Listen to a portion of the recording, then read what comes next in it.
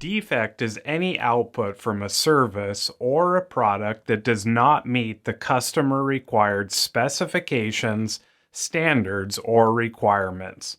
Some examples might include raw materials that do not meet requirements, work in progress that is not performed correctly, non-conformances, data entry errors, any information errors, and rework.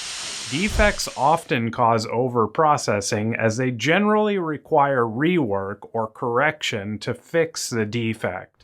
It is important to note a defect is not the same as defective. There may be more than one defect in a defective product or process.